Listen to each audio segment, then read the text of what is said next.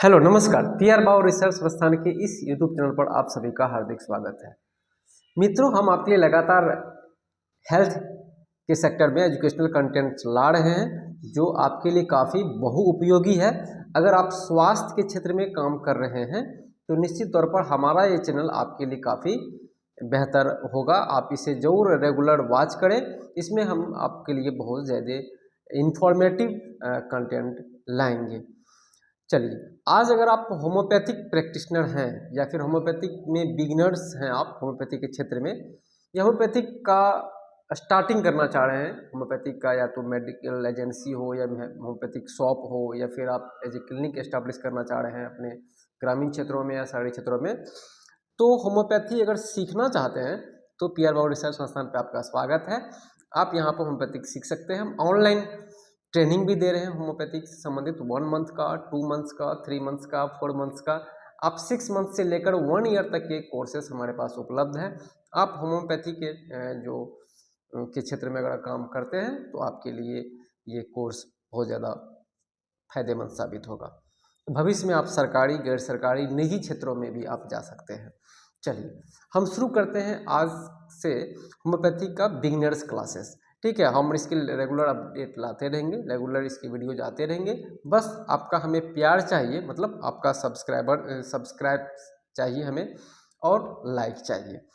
चलिए, नक्श भूमिका, जी हाँ, नक्श भूमिका के बारे में हम जितनी बातें करेंगे होम्योपैथी के क्षेत्र में उतना ही कम है। क्यों? क्योंकि होम्योपैथी में जो भी आप शॉप देखेंगे, जो भी डॉक्टर्स देखेंगे, तो नक्श भूमिका जो है काफ़ी इम्पोर्टेंट मेडिसिन माना जाता है होम्योपैथी की दुनिया में। तो हम इस वीडियो में हम होम्योपैथिक ये जो नक्श भूमिका का है इसका हम लोग यूजेस जानेंगे।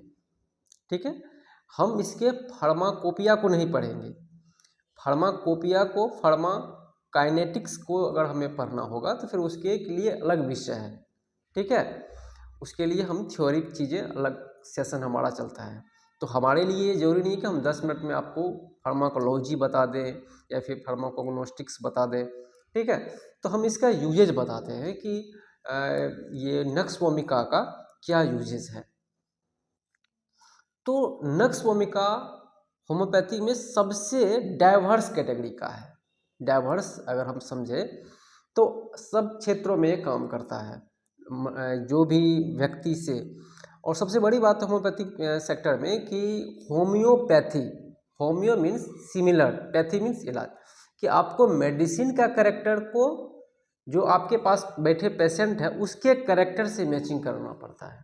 कि वो जो बोल रहे हैं, आप जो देख रहे हैं, आप जो फील कर रहे हैं, एक्सपीरियंस कर रहे हैं, उसको आप टैली कराइए एक एक मेडिसिन के साथ।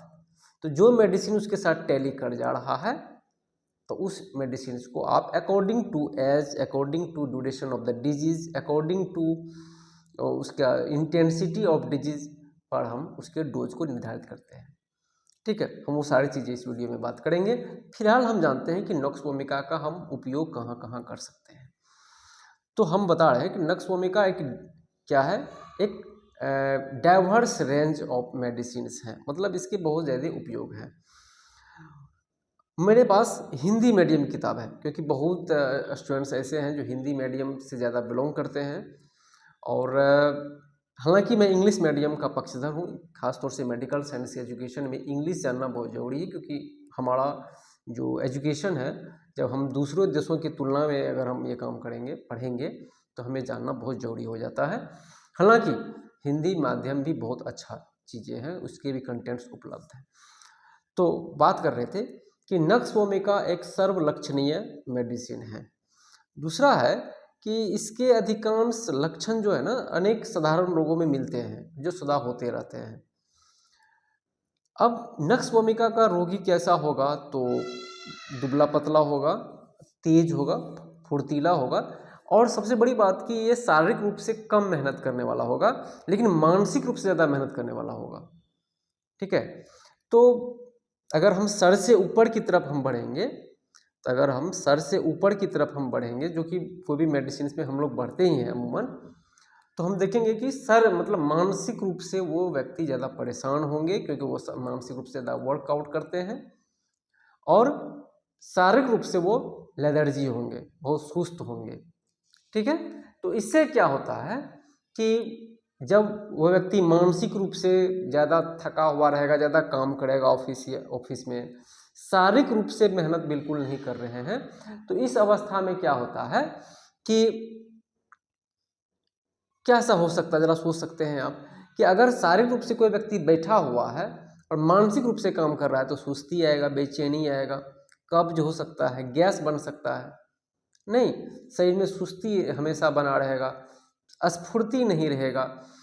उसके बाद क्या होगा कि जब इंडाइजेशन अपच रहेगा, गैस बनेगा, तो लीवर पर भी असर होगा, नहीं, गैस ऊपर की तरफ जाएगा तो पेन भी हो सकता है छाती में। तो आप एक सिम्टम से बहुत तरह की बातों को आपको रिलेट कर सकते हैं। तो सबसे बड़ा चीज़ है यही। दूसरा चीज़ है कि जब मानसिक ज़्यादा ये काम करेगा तो इसको दूर करने के लिए वो क्या कर सकता है, ड्रिंकिंग कर सकता है, वो स्मोकिंग कर सकता है। ठीक है, तो जब स्मोकिंग करेगा या ड्रिंकिंग करेगा, दोनों ही केसेस में लीवर पर असर होगा। तो अल्कोहलिक अगर हो जाता है व्यक्ति तो लीवर पर असर होगा, तो यानी कि लीवर से जुड़े लोग भी नक्स भूमिका का इस्तेमाल कर सकते हैं। स्मोकिंग कर रहे हैं तो भी इसका इस्तेमाल कर सकते हैं। अब आइए किसके चूंकि जब मानसिक रूप से जब व्यक्ति परेशान होगा, आप इस तरह से किताबों को पढ़ते हुए आप काम कीजिएगा तो आप अच्छे होम्योपैथिक फिजिशियन नहीं बन पाएंगे। आपको एक सिम्टम्स को कोरिलेट करना पड़ेगा कि अगर कोई व्यक्ति मानसिक रूप से बहुत ज़्यादा काम कर रहा है, आप देखते होंगे कि बैंक के स्टाफ से अगर एक बार कुछ पूछ लीजिएगा तो बहुत सारी वो चीज़ें आपको बता देगा, क्योंकि वो बेचारा रोज़ पूछते पूछते लोग उसको जो है एक पूछताछ के अंदर की तरफ लोग बना देते हैं, तो वो बहुत झल्ला जाता है कुछ भी पूछेंगे। क्यों? क्योंकि वो मानसिक रूप से वो हर दिन उसके जीवन में ये चीज़ें चलती रहती है। तो मतलब ये रहेगा, संवेदनशील रहेगा वो व्यक्ति, उसमें चिड़चिड़ापन रहेगा, उदासी रहेगा। उसके बाद ये कुछ आपको स्पर्श से घिरना रहेगा, उसको जरा सा रोग अधिक कष्ट देगा, उसको दूसरों को धिक्कारने की प्रवृत्ति होगी। ठीक है, और दूसरों की गलती निकालने की भी उसमें प्रवृत्ति होगी। उसके बाद जाहिर सी बात है, मानसिक दबाव होगा तो सर में दर्द होगा, अगला भाग पिछला भाग उसे दर्द जैसा महसूस होगा। आँखें जो है चूँकि काम करेगा तो आँखें धुंधला सकता है उसका, नहीं, तो एक मानसिक रूप से अगर व्यक्ति कोई ज़्यादा काम कर रहा है, तरह तरह के काम कर रहा है, शारीरिक रूप से स्फूर्ति नहीं है, एक्टिविटी नहीं है, कोई एक्सरसाइज प्राणायाम योग नहीं कर रहा है, तो परेशानी आएगी ही। आपको इससे निकालना है। जब समय पर नहीं खाएगा तो क्या होगा, नहीं, खाना भी उसका ठीक से नहीं पचेगा, तो जीभ पर जो है ये बनेंगे, इंडाइजेशन होंगे, तो जीभ उसका साफ नहीं होगा। तो कुल मिला के ये चीज़ें पेट का, गला का, आमाशय, उदर, मल, कब्ज होगा तो मल कैसा हो सकता है, हार्ड रहेगा। ठीक है, अब आइए इसका यूरिन, तो कहता है कि उत्तेजित मूत्राशय, मतलब कि ये इरिटेबल रहेगा इसका यूरिनरी ब्लैडर, जिससे कि बार बार पेशाब जाने की आने की उसको प्रवृत्ति आते रहेगा, और मसल अस्पाज्म होने का, क्योंकि गैस वगैरह रहता है तो मसल अस्पाज्म होने का चांसेस रहते हैं। उस केसेस में नक्स भूमिका दिया जा सकता है। महिलाओं को अगर हम बात करें तो महिलाओं के लिए भी सबसे बेहतर है ये मेडिसिन। मासिक धर्म के समय से बहुत पहले हो या देर हो तो आप ले सकते हैं। कुल मिलाकर अगर हम ये बात कहें प्यारे मित्रों की होम्योपैथी में जो नक्स भूमिका है, अगर आपको कुछ समझ में नहीं आए तो आप नक्स भूमिका दीजिए, क्योंकि इसका जो डाइवर्स रेंज ऑफ कैरेक्टर्स है कि अमूमन हर व्यक्ति में नक्स भूमिका कैरेक्टर्स मिल ही जाता है। इसीलिए हम कोशिश करते हैं कि नक्स भूमिका अपने बॉक्स में, फर्स्ट एड बॉक्स में या फिर जो आपका क्लिनिक है वहाँ पे आप होम्योपैथी को रखते ही रखते हैं नक्स भूमिका को। दूसरी बात कि अगर हम इसके हर चीज़ों पर देखेंगे बारी से तो वीडियो काफ़ी लंबा हो जाएगा। हमको अब डोज निर्धारित करना है, तो नक्स भूमिका का अगर हम 30 पोटेंसी लें या 200 potency, most of the common जो है 30, 20, 200 पर ही ये काम करते हैं। तो आप देख लीजिए कि व्यक्ति का उम्र कैसा है, उम्र कितना है, डिजीज का ड्यूरेशन क्या है, लंबा डिजीज है, काफ़ी क्रॉनिक है कि एक्यूट है, एक्यूट मीन्स नया, क्रॉनिक मीन्स पुराना। तो अगर वो एक्यूट है तो आप नक्स 30 दे दीजिए और 1 बूंद आपको देना है। अगर डिजीज नया है 1 बूंद या तो सुबह या तो शाम दीजिए। अगर थोड़ा सा आगे एक्यूट में थोड़ा पुराना हुआ है तो आप जो है सुबह शाम दे दीजिए। अगर ये क्रोनिक है तो 2 बूंद सुबह शाम दे सकते हैं। देना कैसे, मेरे हाथ में आप देख लीजिए नक्स भूमिका है, ठीक है। बस इसको करना क्या है, इसको खोलना है, खोलने के इस डब्बा से निकालना है, उसके बाद ऐसे इसको मिलाना है। मिला लिए या फिर आप ऐसे भी मिला सकते हैं या ऐसे भी मिला सकते हैं। इसको खोलना है, इसको खोल दिए हम, इसको खोल दिए। खोलने के बाद इसमें जो आप देख पा रहे हैं यहाँ पे ढक्कन है, बस 2 बूंद, अगर वो आप 2 बूंद सजेस्ट कर रहे हैं तो उसको 2 बूंद अपने टंग पर लेना है या फिर 1 बूंद टंग पे लेना है। तो ये आपको कंटिन्यू जो है अप टू जो आपको लगता है, जो आप सजेस्ट कर रहे हैं इसके डोज, तो उस 8 दिन हो, 10 दिन हो, 15 दिन हो, महीना दिन हो, तो उस सजेस्टेड जो टाइमिंग है उसके अनुसार से आप दे सकते हैं। तो इससे क्या होगा कि धीरे धीरे डिजीज जो है वो ठीक होना शुरू हो जाएगा।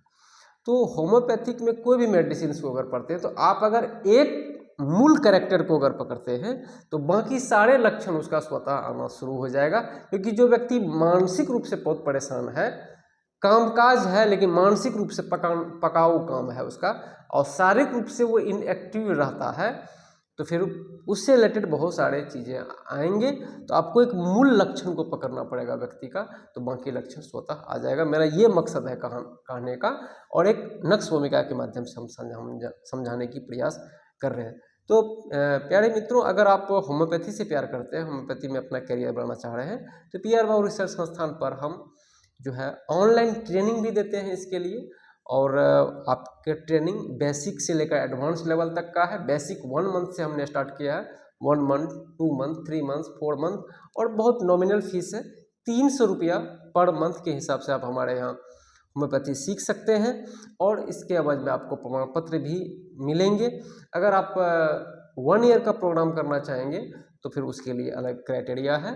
अगर 1 ईयर से कम का करना चाहेंगे तो फिर उसके लिए है 300 रुपया पर मंथ में आप ऑनलाइन ट्रेनिंग ले सकते हैं। बेसिक से लेकर एडवांस लेवल तक की होम्योपैथी की ट्रेनिंग हम देते हैं। इसमें हम human physiology, human anatomy, clinical biochemistry, clinical pathology के साथ साथ principle of homeopathy, principle of homeopathic dispensing, pharmacology, pharmacognostics पढ़ाते हैं।